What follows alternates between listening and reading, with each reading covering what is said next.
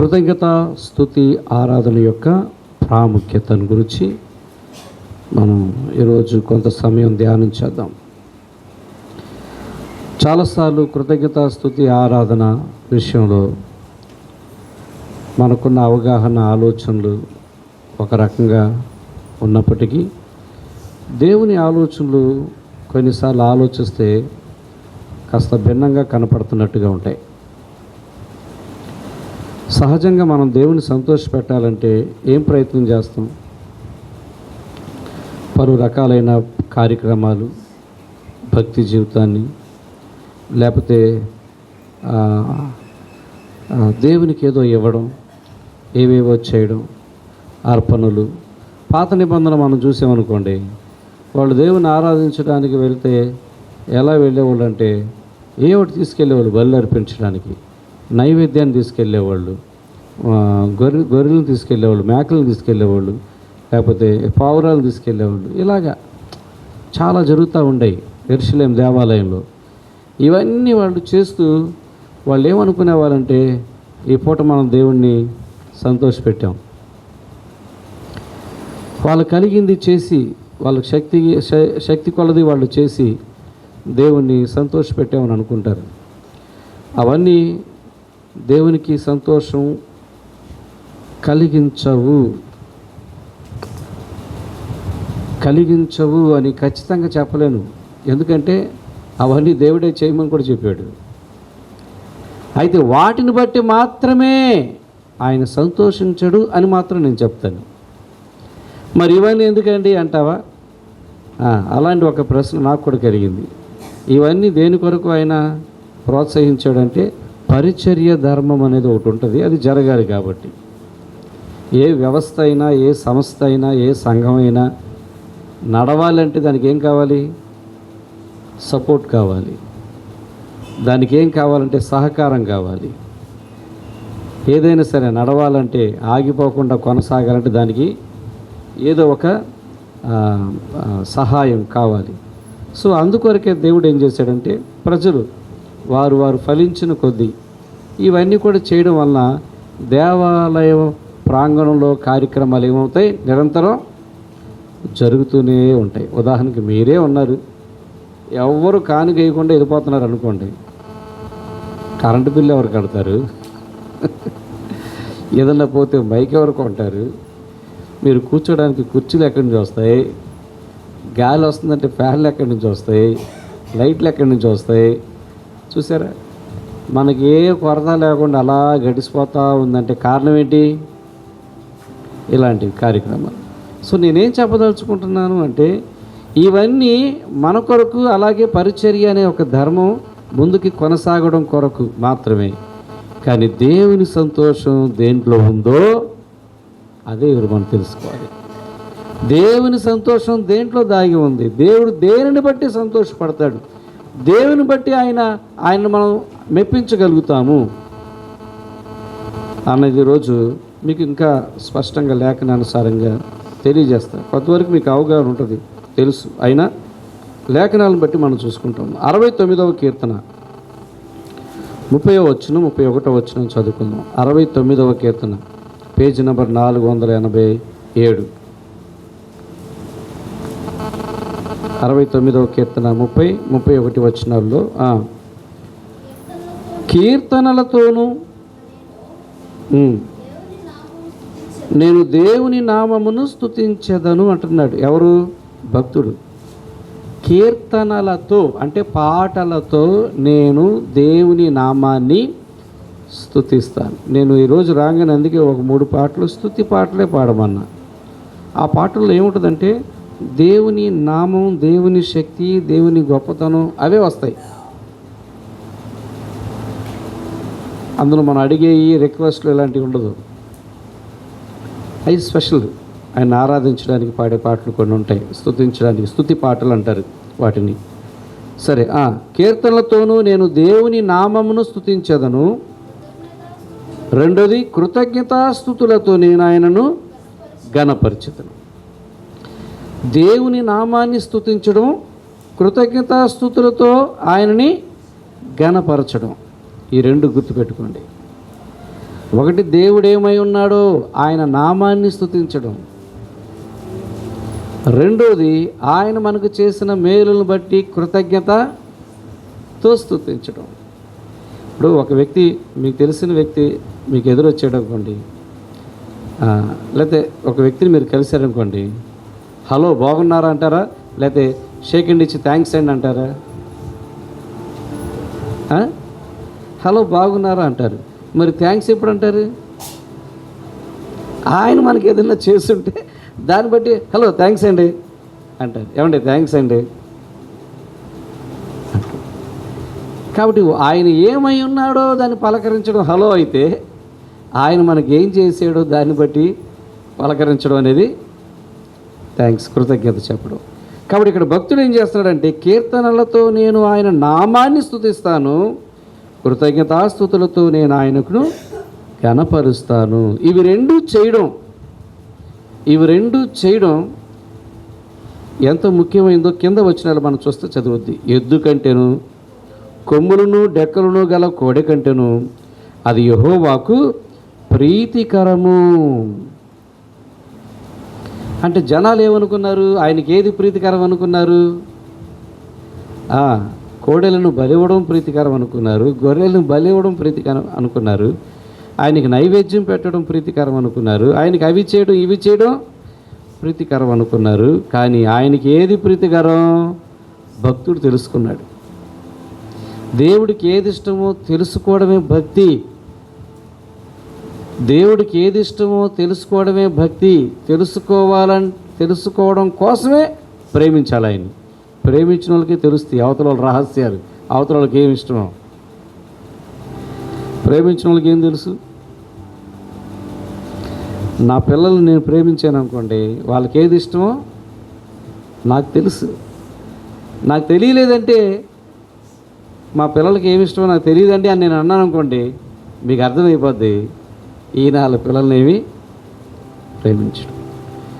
ఒక వ్యక్తి సదరు వ్యక్తిని ప్రేమిస్తున్నాడంటే ఖచ్చితంగా ఈ వ్యక్తికి ఏం తెలుస్తుందంటే, అతనికి ఏమి ఇష్టమో, ఎలా ఉంటే ఇష్టమో, ఏం చేస్తే ఇష్టమో, ఏం పెడితే ఇష్టమో, ఆ ఇష్టాలన్నీ కూడా ఈ వ్యక్తికి తెలుస్తుంటాయి. అందుకే మనం దేవుని ప్రేమించాలి. మనం దేవుని ప్రేమించడం ద్వారా ప్రయోజనం ఏంటంటే, ఆయనకి ఏమి ఇష్టమో మనకు తెలుస్తుంది. ఇందా రూబెన్ చెప్పినట్టుగా దేవుడు దావీదుని బట్టి ఏమన్నాడు? దావీదు నా హృదయానుసారుడు. దావీదు దేవుడిని ప్రేమించాడు. అందుకే దావీదుకి సీక్రెట్లని తెలుసు. దేవుడికి ఏది ఇష్టమో తెలుసు, దేవుడికి ఏది ఇష్టం లేదో తెలుసు. ఎందుకు మనం దేవుని ప్రేమించాలంటే ఇది తెలుసుకుంటాకి. ఇది తెలుసుకున్నాక చేసేదే భక్తి. మనం భక్తి చేస్తాం కానీ ఆయన్ని ప్రేమించాం. మీలో ఎవరికన్నా పడని మీకు ఇష్టం లేని ఒక కూర చెప్పు. నీకు ఇష్టం లేని కూర ఏంటి? కాకరకాయ. అందరికి చాలామందికి ఇష్టం లేదు. ఈరోజు మా ఇంటికి నేను భోజనాన్ని పిలిచి కాకరకాయ పులుసు, కాకరకాయ ఏపుడు, కాకరకాయ కారం, కాకరకాయ ఇగురు పెట్టి నువ్వు నీకోసమే చేశాను, నువ్వు తినాలంటే నీకు ఎలా ఉంటుంది? ఈయన ఉన్నా ఇంకేం లేదా అని అడుగుతుంది. ఉంది కాకరకాయ ఏపుడు కూడా ఉంది అన్నాడు. మళ్ళీ కాకరకాయ ఇంకేం లేవా? ఇన్ని ఉన్నాయిగా, పచ్చడి ఉందా, పెరుగుందా, ఇన్ని ఉన్నాయిగా. అదే నీకేమి ఇష్టమో తెలుసుకొని నేను అది వండితే, దేవునికి ఏది ఇష్టమో తెలుసుకొని అది మనం చేస్తే చెప్పండి ఆయనకి ఎంత సంతోషంగా ఉంటుంది. ఎంత సంతోషంగా ఉంటుందంటే ఇక్కడ రాశాడు ఆ మాట, ఎద్దుల కంటేను కొమ్ములను డెక్కలను గల కోడె కంటేను అది యెహోవాకు ప్రీతికరమైంది. ఏది ప్రీతికరమైందంటే, ఇదిగో కీర్తనలతో నేను ఆయన నామమును స్తుతిస్తాను, కృతజ్ఞతాస్తుతులతో నేను ఆయనను ఘనపరుస్తాను. ఒక్క మాటలో చెప్పాలంటే, విస్తారమైన బలుల కంటే ఆయన మాట వినడం ఆయనకి ఇష్టం. ఇక్కడ వచ్చిన స్పష్టంగా చెప్తున్నాడు భక్తుడు, దేవునికి ఏది ఇష్టం అంటే ఆయనకి కృతజ్ఞత స్తుతులు చెల్లించడం ఇష్టం. ఆయన ఏమై ఉన్నాడో ఆయన నామమును బట్టి కీర్తించడం ఆయనకి ఇష్టం. కానీ కొంతమందికి అది కష్టం. కూర్చోమంటే కూర్చుంటారు, ప్రార్థన చేయమంటే ప్రార్థన చేస్తారు, ఇంకే చెప్పినా చేస్తారు. నోరు తెరిచి స్తుతించండి అంటే కొంతమందికి కుట్టేయాలి, సూదిదారి కుట్టి అట్టగా ఒక కుట్టేసి హాస్పిటల్లో ఉంటే సూదులు ఇట్లా ఉంటాయి, వంకిగా ఉంటాయి. కుట్టేసి సూదులు ఎట్ట ఉంటాయి సార్, మనలాగా సూదులు ఇట్లా వంకరగా ఉంటాయి. ఇట్ట వేస్తే ఈ మూతి నుంచి ఆ మూతికి వచ్చేది పైకి. బస్తాలు కుట్టేది రెండు కుట్టి దెబ్బలు వేసి కుట్టేది బస్తుంది. అది ఆయనకి ఇష్టం. నువ్వు అన్నీ చేస్తున్నావు, ఆయనకి ఇష్టమైంది చేయలేకపోతున్నావు. ఎంత చక్కటి మాట విన్నది ఈరోజు. ఆయన చేసిన మేలులకే కాదు, కలిగిన నష్టాలకు కూడా మనం ఏం చెల్లించాలి ఆయనకి? బాబోయ్, ఇది మనల్ని ఏ స్థాయి ఆశీర్వాదాన్ని తీసుకెళ్తుందో తెలియదు. అది మామూలు విషయం కాదు. అది యోబు 2 డబల్ ధమాకాలాగా 2 ఒకే దెబ్బకి ఒక్కసారిగా పోగొట్టిన దాన్ని 2గా పొందడానికి కారణం ఇదే సీక్రెట్. ఆయన ఏంటో మనకు తెలుసుకొని చేస్తే ఆయన సంతోషం. కాబట్టి ఆయన ఏమన్నాడంటే, ఇగో ఈ బలుల కంటే వాటికంటే ఇదిగో స్తుతించడం నాకు ఇష్టం. దేవునికి స్తుతించడం ఇష్టం. కృతజ్ఞత స్తుతి యొక్క ప్రాముఖ్యత ఏంటంటే అది ఆయనకి ఇష్టం. అందుకే అపోస్తుడైన పౌలు తెస్సలోనికలు రాసిన మొదటి పత్రికలో 5వ అధ్యాయం 18వ వచనంలో ఏం చెప్తున్నాడంటే, తెస్సలోనికలు రాసిన మొదటి పత్రిక 5వ అధ్యాయం 18వ వచనంలో, అన్ని విషయాలలో కృతజ్ఞతాస్తుతులు చెల్లించడం దేవుని చిత్తం. దేవుని చిత్తం ఏంటి? లోదియా 6 దాటితే నువ్వు అడగమాక. నీ ఇష్టం వచ్చేట్టుగా నువ్వు పెడతావు. పొద్దున్నే ప్రార్థన చూస్తున్నాడు. మీ ఇష్టం, మీరు మార్చమంటే మార్చేస్తారు. అదే మీరు చెప్పారు, పెట్టారు, మార్చమంటే మారుతారు. ఏంటి దేవుని చిత్తం? అన్ని విషయములలో ఆయనకి కృతజ్ఞతాస్తుతులు చెల్లించడం అనేది దేవుని చిత్తం. ఇంకా ముందు వచనంలో మనం చదువుకున్నట్టుగా దేవునికి ఇష్టం. కృతజ్ఞతాస్తుతులు చెల్లించడం దేవునికి ఇష్టం.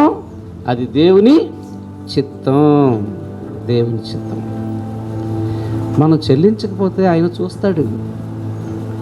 చాలామంది మందిరాలకు వస్తారు.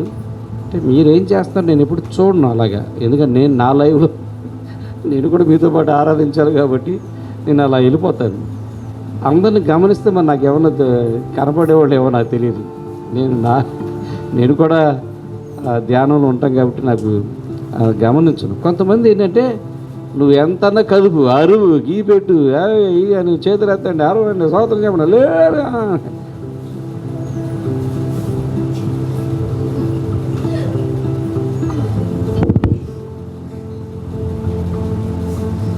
ఈ కదపరండి, ఈ చేతులు ఎత్తలేవు నోరు కల ఎక్కువ మనం గట్టిగా చెప్పాక పాస్టర్ గారు ఇక్కడ చూస్తాడు, దేవుడు ఎందుకురా బాబు అనిపిస్తుంది. సరే, మేము అడగకపోవచ్చు, మేము చూడకపోవచ్చు, మేము మిమ్మల్ని ఒత్తిడి చేయకపోవచ్చు, కానీ దేవుడు ఆశపడతాడు కాబట్టి, ఆయనకి అది ఇష్టం కాబట్టి, అది ఆయన చిత్తం కాబట్టి ఆయన అడుగుతాడు. నువ్వు చెల్లించకపోతే ఆయన అడుగుతాడు. వచ్చావు అట్టాగే నోరు మూసుకుని అట్టాగే కూర్చున్నావేంటి? బయట కూడా అట్టాగే ఉంటావా? మాట్లాడవా? ఏం చెప్పవా? ఎందుకు నోరు రావట్లేదు నా దగ్గరికి వస్తే? ఆయన అడుగుతాడు. చూడండి, ఒక విషయం మీకు జ్ఞాపకం చేస్తా. లోకాసు వార్త 17వ అధ్యాయం 17వ వచనంలో చూస్తే 10 మంది కుష్ఠరోగులు యేసుప్రభు దగ్గరికి వస్తారు. అయ్యా, మమ్మల్ని కరుణించు, మమ్మల్ని స్వస్థపరచు అని అడుగుతారు. ప్రభు వాళ్ళకి ఏం చెప్తారంటే, ఓకే, మీరు ఇక ధైర్యంగా వెళ్ళిపోయి యాజకులు కనపడని అంటారు. ఆ సమయంలో ఏం జరిగింది చదవండి. అందుకు యేసు 10 మంది శుద్ధులైన వారు కారా, 9 మంది ఎక్కడ? 9 మంది ఎక్కడ అంటే మరి ఇంకోటి ఎక్కడ ఉన్నాడు? 10 మంది కదా, ఇంకోటి ఎక్కడ ఉన్నాడు చెప్పరే? ఇంకోడు వచ్చాడు, ప్రభు దగ్గర ఉన్నాడు. ఒకడు మాత్రమే ప్రభు దగ్గరికి వచ్చి ఆయనకి కృతజ్ఞతాస్తుతులు చెల్లించాడు. ఆ ఒక్కడు వచ్చాడు కాబట్టి ఈయన మిగిలిన 9 మంది ఎక్కడా అని అడుగుతున్నాడు. ఇదే మాట నేను అడిగాను అనుకోండి, మిగిలిన వాళ్ళు ఎక్కడా, ఎవరు రాలేదు అన్నాను అనుకోండి, ఇక్కడ కాదు ఇంకొక చోట అంటారు. పోలే ఇంకో చోట ఉంటే సంతోషం, అసలు ఎక్కడా లేకుండా ఉంటేనే బాధ. నేను అడగకపోయినా ఆయన అడుగుతాడు. మీరు నాకు సమాధానం చెప్పుకోవాల్సిన అవసరం లేకపోయినా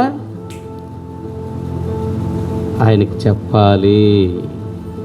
ఆయన అడుగుతాడు, మిగిలిన 9 మంది ఎక్కడా అంటే నువ్వు సాక్షాత్తు దేవునికి ఏం చెప్తావు సమాధానం?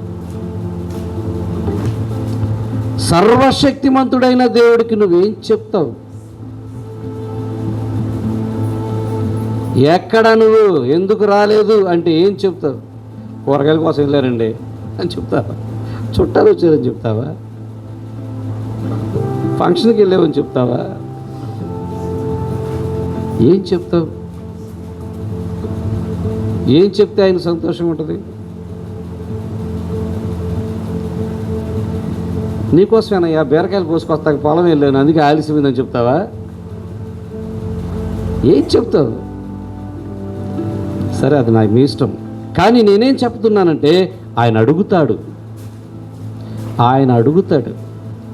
మిగిలిన 9 ఎక్కడా? 10 మంది శుద్ధులైన కారా? మిగిలిన 9 ఎక్కడ? చాలామంది యేసుప్రభు అంటే చాలామందికి ఇష్టం. చాలామంది వారి అక్కర్లో అవసరతల్లో యేసుప్రభుని తలంచుకుంటారు. చాలామంది ఆయా పరిస్థితుల్లో యేసుక్రీస్తు ద్వారా మేలు పొందిన వాళ్ళు ఉన్నారు, స్వస్థత పొందిన వాళ్ళు ఉన్నారు, సహాయం పొందిన వాళ్ళు ఉన్నారు. కానీ కృతజ్ఞతగా ఆయన సన్నిధికి వచ్చి కృతజ్ఞతాస్తుతులు చెల్లించేవారు లేరు.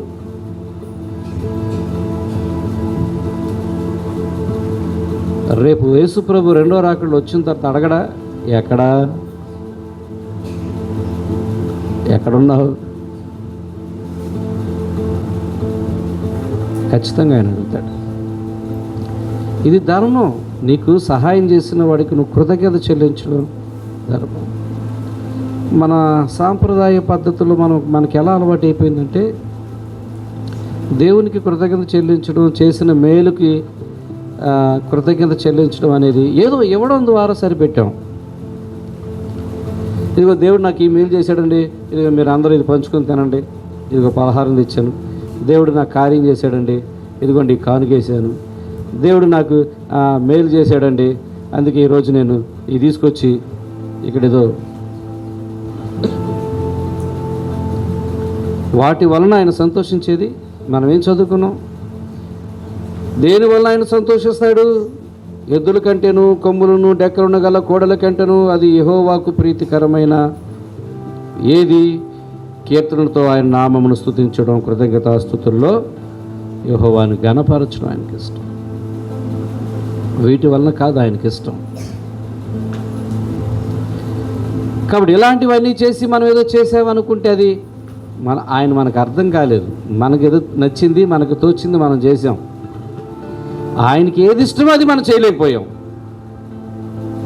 ఆయనకి ఏది ఇష్టమో అది మనం ఇవ్వలేకపోయాం. అలా ఇచ్చిన రోజే ఆయన సంతోషం, అలా ఇచ్చిన రోజే ఆయన తృప్తి. మనకు నచ్చింది చేసిన రోజు కాదు. కాబట్టి జ్ఞాపకం చేసుకోండి, ఆయన లెక్క అడుగుతాడు. అందుకే కీర్తనకారుడు అన్నాడు, ఆయన చేసిన ఉపకారాలలో దేనిని మర్చిపోదు. నా ప్రాణమా యెహోవాను సన్నతించు, నాలోని అంతరంగమైన సమస్తమా ఆయన నామాన్ని సన్నతించుము అంటాడు. సో కాబట్టి కృతజ్ఞతాస్తుతులు చెల్లించడం దేవునికి ఇష్టము, దేవుని చిత్తము. చెప్పండి మీ నోటితో ఆ మాట ఒకసారి. కృతజ్ఞతాస్తుతులు చెల్లించడము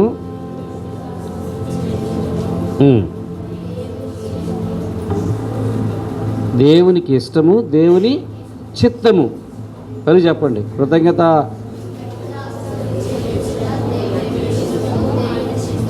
అది ఇది మనకు అర్థమైతే మనం ఏం చెల్లించకపోయినా ఇది ముందు చెల్లిస్తాం. ముందు ఆయనకి ఏం చెల్లించాలో అది చెల్లిస్తాం. తర్వాత సంగతి ఆ తర్వాత నెక్స్ట్. సో అది దేవునికి ఇష్టం. ఇలాగ చేయడం వలన ఏంటి లాభాలు, ప్రయోజనాలు కొన్ని మీ ముందు ఉంచుతాను. 103వ కీర్తన 1వ వచనంలో చూద్దాం.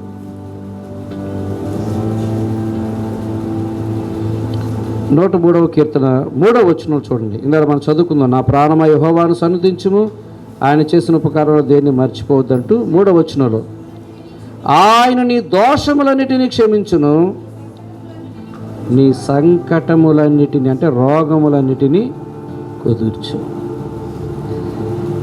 ఆయన స్తుతించడం వలన, ఆయన కీర్తించడం వలన ఏమిటి ప్రయోజనం అంటే ఆయన మనలను, మన పాపములన్నీ క్షమిస్తాడు, మన సంకటములన్నీ, రోగములన్నీ కూడా కుదురుస్తాడు.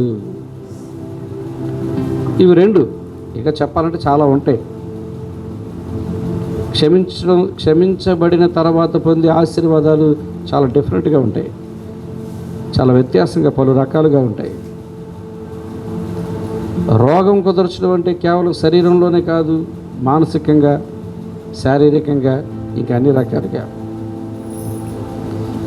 ఇవి ఎలా వస్తాయి అంటే పోయి వచనాల్లో 1, 2 వచనాల్లో చూస్తే అన్ని విషయంలో ఆయన చేసిన ఉపకారంలో దేన్ని మర్చిపోకుండా ఆయన్ని స్తుతి చెల్లించడం ద్వారా ఈ రెండు ప్రయోజనం. లేదండి నాకు కుదరదండి, నాకు వీలవదండి, నాకు రావట్లేదండి, నా నోరు పెగలట్లేదండి, నాకు ఇంట్రెస్ట్ లేదండి, కేవలం వస్తాను, వింటాను, కూర్చుంటాను తప్ప నేనేం చెప్పనండి, నా నోటితో ఏం పలకనండి, నేను స్తుతించడం అంటే నాకు పెద్ద ఇష్టం ఉండదండి, ఆరాధించడం నాకు పెద్ద ఇష్టం ఉండదండి అని అనుకుంటే దానివల్ల కలిగే నష్టం కూడా ఉంది. దానివల్ల నీకు పొందలేనివి ఉన్నాయి. దాని గురించి ఏం చెప్పారు పాత నిబంధనలో ఒక మాట, కొత్త నిబంధనలో ఒక మాట చూస్తే ద్వితీయోపదేశకాండం 8వ అధ్యాయం 10వ వచనంలో ఒకసారి ఆ మాట చదవండి. ద్వితీయోపదేశకాండం 8వ అధ్యాయం 10వ వచనం. నీవు తిని తృప్తి పొంది నీ దేవుడైన యెహోవా నీకిచ్చిన మంచి దేశమును బట్టి ఆయనను స్తుతించవలెను. మనం ఉన్నాము, తింటున్నాము, ఉంటున్నాము, బ్రతుకుతున్నాము అంటే అది దేవుని సెలవే అనుకున్న వాళ్ళు ఎవరైనా సరే దేవునికి ఏం చెల్లించాలి? స్తుతి చెల్లించాలి. అలా చేయకపోతే 19వ వచనంలో ఏమవుతుందో ఇజ్రాయేల్ ప్రజలకి ఆ రోజు పాత నిబంధనలో చెప్తున్నాడు దేవుడు. నువ్వు ఏమాత్రం దేవుణ్ణి మర్చిపోయినా, ఇంకా నువ్వు వేరే ఏమైనా చేసినా అది నీకు నువ్వే నాశనం తెచ్చుకుంటావు. ఇప్పుడు ఎవరైనా నీకు సహాయం చేస్తే వాడికి నువ్వు కృతజ్ఞత చెప్పావు, ఇంకోసారి నీకు చేస్తాడు. నీ అవసరంలో ఉన్నప్పుడు, నీ ఆపదలో ఉన్నప్పుడు. ఒకసారి నీకు సహాయం చేసిన అసలు నువ్వు కృతజ్ఞత చెప్పలేదు, ఆయన పట్టించుకోవట్లేదు అనుకో, రెండోసారి చేయబుద్ధి అవుతుందా? రెండోసారి నీకు ఆపద వస్తే నేను ఆదుకుంటాకు ఉండడు, సహాయం చేయడానికి ఉండడు. సో అలాంటివి ఏం జరుగుతాయో మరి మనకు తెలియదు. రోమిలకు రాసిన పత్రిక 1వ అధ్యాయం 21వ వచనం కూడా చదువుదాము. రోమా పత్రిక 1వ అధ్యాయం 21వ వచనం. ఇక్కడ కూడా చక్కటి మాట ఉంటుంది. మరియు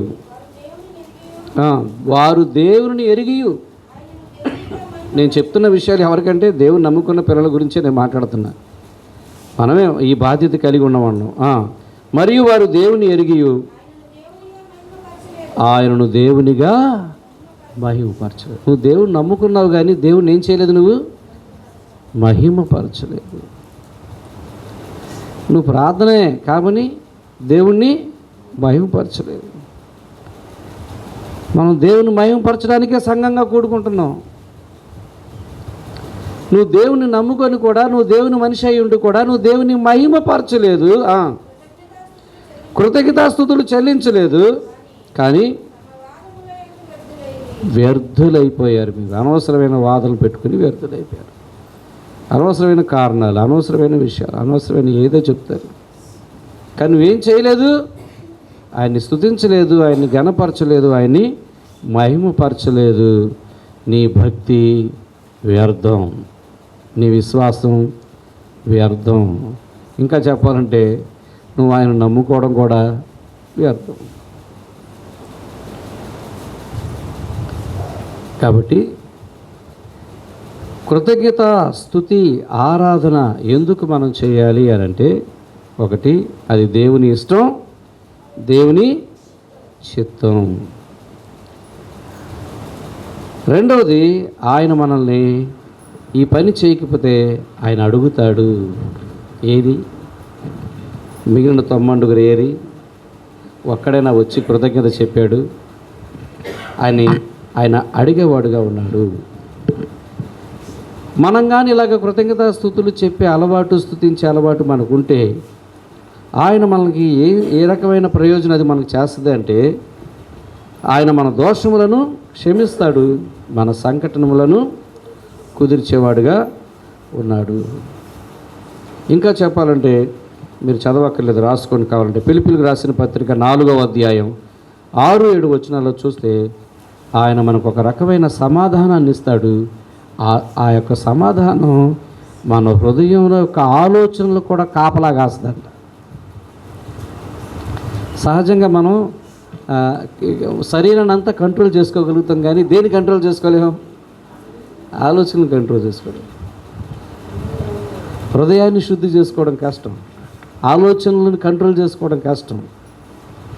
కానీ ఇలాగ మనం చేస్తే ఆయన ఏం చేస్తాడంటే, ఆయన ఇచ్చే సమాధానం ద్వారా మన మైండ్ని కూడా కంట్రోల్ చేస్తాడంట, మన హృదయపు ఆలోచనలు కూడా కంట్రోల్ చేస్తాడు. ఇది ఒక అద్భుతమైన ప్రయోజనం.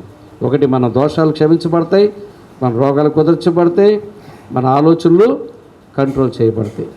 లేదు, కాదు, కూడదు, నేను చేయనండి, దాన్ని చేస్తే ఏంటి, చేయకపోతే ఏంటి అన్న ఒక రకమైన గర్వంతో కానీ మనం ఉంటే, ఇదిగో ఒకటి చెప్తాం, మనం వ్యర్థులైపోతామంట, మనం నశించిపోయే పరిస్థితికి వెళ్ళిపోతాం. చివరిగా హెబ్రీ పత్రిక 13వ అధ్యాయం 15వ వచనంలో ఏం చెప్తా ఉన్నాడంటే, ఎల్లప్పుడూ కృతజ్ఞతాస్తుతులు కలిగి. చదువుతారన్నమాట, చదవండి, తీస్తే చదవండి. హెబ్రీ పత్రిక 13వ అధ్యాయం 15వ వచనం.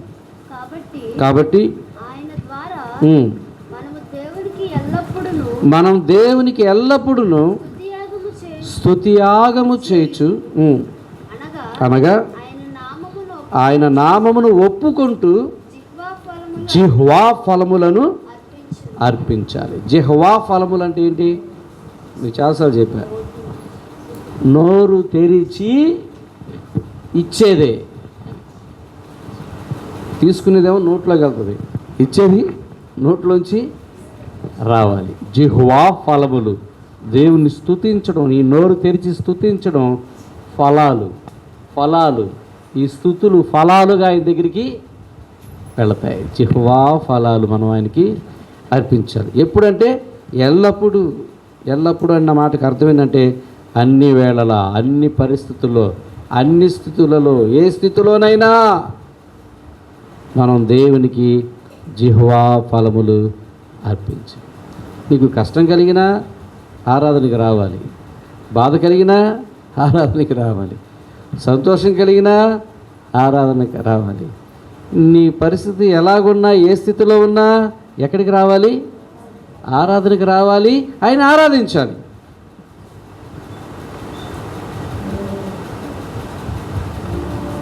ఆగిపోకూడదు. నీ కోపం వస్తే ఆగిపోకూడదు, అలిగితే ఆగిపోకూడదు, నీకేదో నష్టం వస్తే ఆగిపోకూడదు. ఏం జరిగినా ఇక్కడ అందరం కలుసుకొని దేవుణ్ణి, ఆ మాట అదే దాని అర్థం. ఎల్లప్పుడూ కృతజ్ఞతాస్తుతులు, జిహ్వా ఫలాలు ఆయనకి అర్పించాడు. ఒకవేళ నీకు బాధతో వచ్చావనుకో, నువ్వు మేమందరూ ఆరాధిస్తూ ఉంటే నువ్వు, నా మనసు బాగలేదు అని మౌనంగా ఉండకూడదు. నీ మనసు బాగున్నప్పుడు కూడా మాతో అందరితో కలిసి ఏకీపించి ఆరాధించాలి, ఆయన స్తుతించాలి, యెహోవా ఫలాలు ఆయనకి అర్పించాలి. ఇది ఆయన కోరుకుంటున్నాడు. కాబట్టి కృతజ్ఞత స్తుతి ఆరాధన యొక్క ప్రాముఖ్యత ఏమిటంటే అది దేవునికి ఇష్టం, అది దేవుని చిత్తం. అలా చేయడం ద్వారా మనం క్షమించబడతాం, మన సంకటనలు కుదిర్చబడతాయి. ఇలా చేయకపోతే ఆయన లెక్క అడుగుతాడు. అయినా నేను చేయను అంటే నువ్వు దాని వలన పొందే ఫలాలు పొందలేవు. కొన్నిసార్లు నాశనానికి నడిపిస్తాయి, కొన్నిసార్లు నీ భక్తిని వ్యర్థం చేస్తాయి, నీ విశ్వాసాన్ని కూడా వ్యర్థమైపోతుంది. కాబట్టి ముగింపుగా మనం తెలుసుకున్న విషయం ఏంటంటే ఏ స్థితిలో ఉన్నా, ఏ పరిస్థితిలో ఉన్నా మనం ఏది మానకూడదు, ఆయన ఆరాధించడం మానకూడదు, ఆయన స్తుతించడం మానకూడదు, ఆయనకి జిహ్వా ఫలాలు ఇవ్వడం మానకూడదు. దేవుడు ఈ కొద్ది అవగాహన మన అందరి హృదయాల్లో ఉంచి ఆయనకి ఏది ఇష్టమో, ఆయనకి ఏది ఇవ్వాలో అది ఇవ్వడానికి మన అందరి హృదయాలను సిద్ధపరచునుగాక. ఆమేన్. ప్రార్థన చేసుకుందాం అందరూ.